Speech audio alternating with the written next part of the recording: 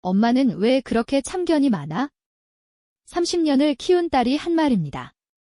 최근 한국 사회에서는 부모-자녀 갈등이 갈수록 심각해지고 있습니다. 한국가정법률상담소에 따르면 가족 갈등 관련 상담이 계속 증가하는 추세입니다. 명절에 집에 온 딸은 밥 먹고 나면 방에 들어가 핸드폰만 봅니다. 걱정돼서 물어보면 엄마는 왜 그렇게 참견이 많아? 라고 짜증을 냅니다. 아들에게 조언했을 뿐인데 아버지는 꼰대 같아요 라는 말을 들었습니다. 2년째 통화가 없습니다.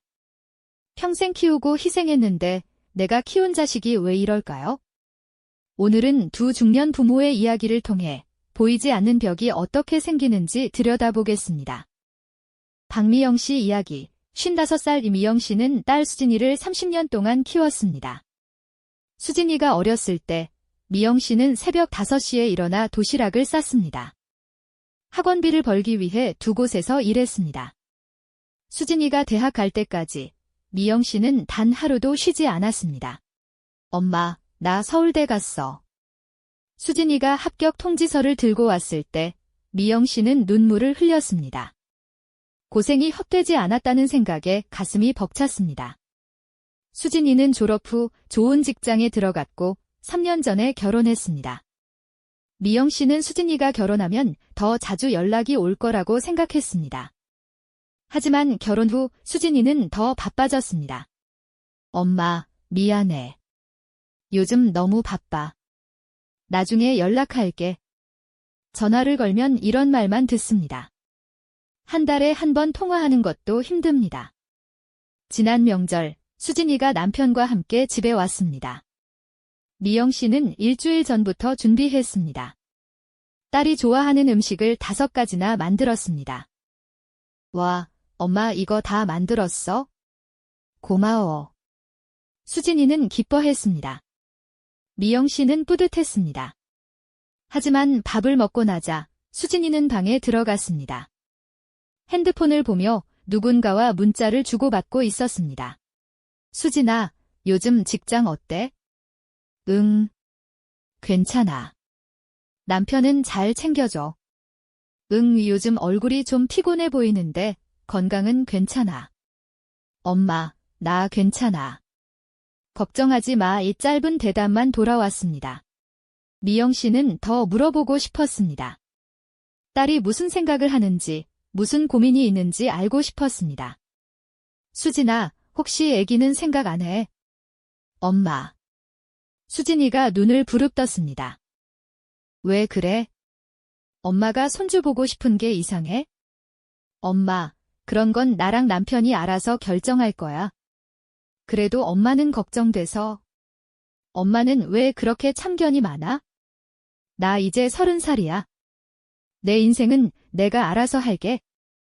수진이는 짜증을 냈습니다. 미영 씨는 할 말을 잃었습니다. 내가 뭘 잘못했지? 그냥 걱정되는 마음에 물어본 건데. 그날 저녁, 수진이는 일찍 집에 갔습니다. 엄마, 우리 먼저 갈게. 내일 약속 있어서. 수진이는 현관문을 나서면서 다음에 또 올게라고 말했지만 미영 씨는 언제가 다음인지 알 수 없었습니다. 미영 씨는 빈 집에 혼자 앉아 있었습니다.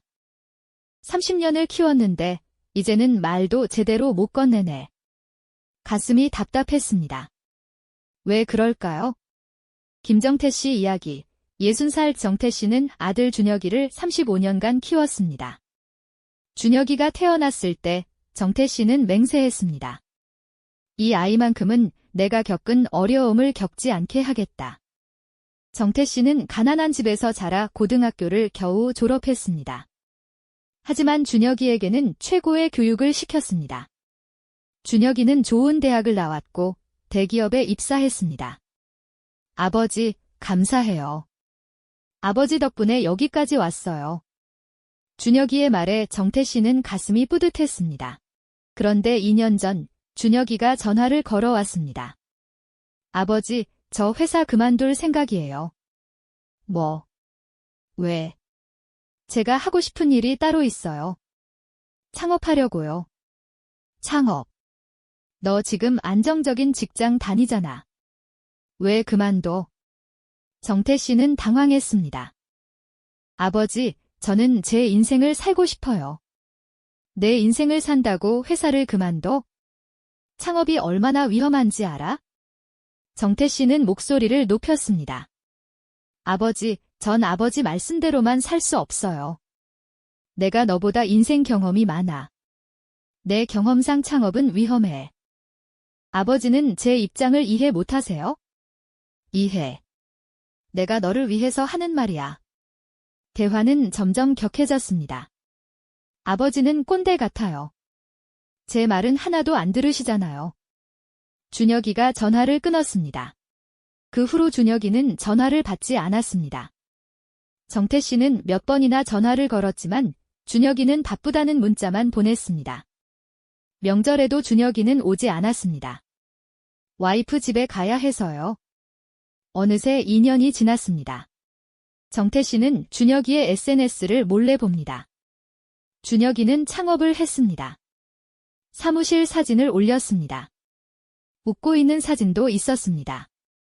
나한테는 연락 한 번 없으면서 저렇게 잘 지내고 있네. 정태 씨는 마음이 복잡했습니다. 내가 뭘 잘못했지? 그냥 걱정돼서 조언한 건데. 지난주 정태 씨는 용기를 내서 준혁이에게 문자를 보냈습니다. 준혁아, 아버지야. 요즘 어떻게 지내니? 밥 한 번 먹자. 준혁이는 이틀 뒤에 답장을 보냈습니다. 아버지, 요즘 너무 바빠서요. 나중에 시간 되면 연락드릴게요. 정태 씨는 핸드폰을 내려놓았습니다. 나중에, 언제가 나중이지? 35년을 키웠는데 이제는 밥 한 끼 같이 먹는 것도 어렵습니다. 왜 그럴까요? 미영 씨와 정태 씨는 왜 자식이 낯설게 느껴질까요? 두 사람의 상황은 다르지만 핵심은 같습니다. 부모는 서럽습니다. 30년을 희생했는데 이제는 참견 많다는 말만 듣습니다. 자식은 답답합니다. 30살이 넘었는데 아직도 아이 취급을 받습니다. 누가 잘못한 걸까요? 아무도 잘못하지 않았습니다. 다만 시대가 달라졌을 뿐입니다. 첫째, 세대가 다릅니다. 미국의 문화심리학자 기어트 호프스테드는 문화적 가치관이 세대마다 다르다는 것을 밝혔습니다. 호프스테드는 이렇게 말했습니다. 한 세대가 당연하게 여기는 가치는 다음 세대에게는 낯선 것이 된다. 이 말을 일상의 언어로 풀면 이렇습니다. 미영 씨가 자란 시대는 효도와 희생의 시대였습니다. 부모는 자식을 위해 모든 것을 바쳤고 자식은 부모의 말을 따랐습니다. 그것이 당연했습니다. 하지만 수진이가 자란 시대는 달랐습니다. 자율성과 독립이 중요한 시대였습니다. 부모의 조언은 감사하지만 최종 결정은 자신이 합니다. 미영 씨는 내가 얼마나 희생했는데 라고 생각하지만 수진이는 나도 이제 어른인데 라고 생각합니다. 정태 씨도 마찬가지입니다. 정태 씨의 시대에는 아버지의 조언이 곧 진리였습니다. 하지만 준혁이의 시대에는 자신의 길을 스스로 선택하는 것이 중요합니다. 정태 씨는 내 경험을 따르면 안전한데 라고 생각하지만 준혁이는 내 인생은 내가 살고 싶은데 라고 생각합니다. 누가 틀린 것이 아닙니다. 세대가 다를 뿐입니다. 둘째, 양쪽 모두 서로를 이해하지 못합니다. 미국의 심리학자 마크 데이비스는 관점 수용이라는 개념을 제시했습니다. 데이비스는 이렇게 말했습니다. 타인의 입장에서 생각하는 능력이 부족하면 갈등은 깊어진다. 이 말을 일상의 언어로 풀면 이렇습니다. 부모는 자식의 자율성 욕구를 이해하지 못합니다. 미영 씨는 수진이가 왜 그렇게 민감하게 반응하는지 모릅니다. 그냥 걱정돼서 물어본 건데 왜 참견이라고 할까요? 하지만 자식도 부모의 마음을 이해하지 못합니다. 수진이는 미영 씨가 왜 그렇게 물어보는지 모릅니다. 30년 동안 자식을 돌보다가 갑자기 빈 둥지가 된 부모의 허전함을 모릅니다. 심리학에서는 이것을 분리불안이라고 합니다. 부모도 자식과 떨어지는 것이 두렵습니다. 자식이 멀어지면 더 이상 필요하지 않다는 생각에 불안해집니다. 미영 씨가 애기 생각은 안 해? 라고 물은 것은 단순히 손주를 보고 싶어서가 아닙니다. 수진이와 계속 연결되고 싶었기 때문입니다. 정태 씨도 마찬가지입니다. 정태 씨는 준혁이의 독립욕구를 이해하지 못합니다. 안정적인 직장을 두고 왜 위험한 창업을 하려는지 모릅니다. 하지만 준혁이도 정태 씨의 마음을 이해하지 못합니다. 가난하게 자란 아버지가 아들만큼은 안전하게 살기를 바라는 마음을 모릅니다. 정태 씨가 내 경험상 창업은 위험해라고 말한 것은 준혁이를 통제하려는 것이 아닙니다. 준혁이가 실패해서 고생하는 것을 보고 싶지 않았기 때문입니다. 양쪽 모두 서로의 입장을 이해하지 못합니다. 셋째, 관계는 쌍방향입니다. 심리학자 로버트 치알디니는 상호성의 원리를 제시했습니다. 치알디니는 이렇게 말했습니다. 건강한 관계는 한쪽만 노력해서 만들어지지 않는다. 이 말을 일상의 언어로 풀면 이렇습니다. 부모만 변한다고 관계가 좋아지지 않습니다. 자식도 노력해야 합니다. 미영 씨가 아무리 조심해서 말해도 수진이가 계속 짜증을 낸다면 관계는 나아지지 않습니다. 정태 씨가 아무리 참고 기다려도 준혁이가 2년 동안 연락 한 번 하지 않는다면 관계는 회복되지 않습니다. 부모도 자식을 이해하려고 노력해야 하지만 자식도 부모를 이해하려고 노력해야 합니다. 미영 씨는 수진이의 자율성을 존중해야 합니다. 하지만 수진이도 미영 씨의 허전함을 이해해야 합니다. 정태 씨는 준혁이의 선택을 지지해야 합니다. 하지만 준혁이도 정태 씨의 걱정을 이해해야 합니다. 관계는 쌍방향입니다. 한쪽만 노력해서는 안 됩니다. 그렇다면 중년 부모와 성인 자녀는 어떻게 해야 할까요? 부모가 할 수 있는 것, 첫째, 역할을 바꾸세요. 자녀가 30살이 넘었다면 이제 부모-자녀 관계가 아니라 성인-성인 관계입니다. 가르치려 하지 말고 들으세요. 조언을 앞세우지 말고 존중을 우선하세요. 미영 씨가 수진이에게 요즘 어때? 라고 물었을 때 수진이가 짧게 대답했다면 그냥 그렇구나 하고 넘어가세요. 더 캐묻지 마세요. 수진이가 먼저 이야기할 때까지 기다리세요. 둘째, 걱정이라는 이름의 간섭을 멈추세요. 부모는 걱정이라고 생각하지만 자녀는 간섭이라고 느낍니다.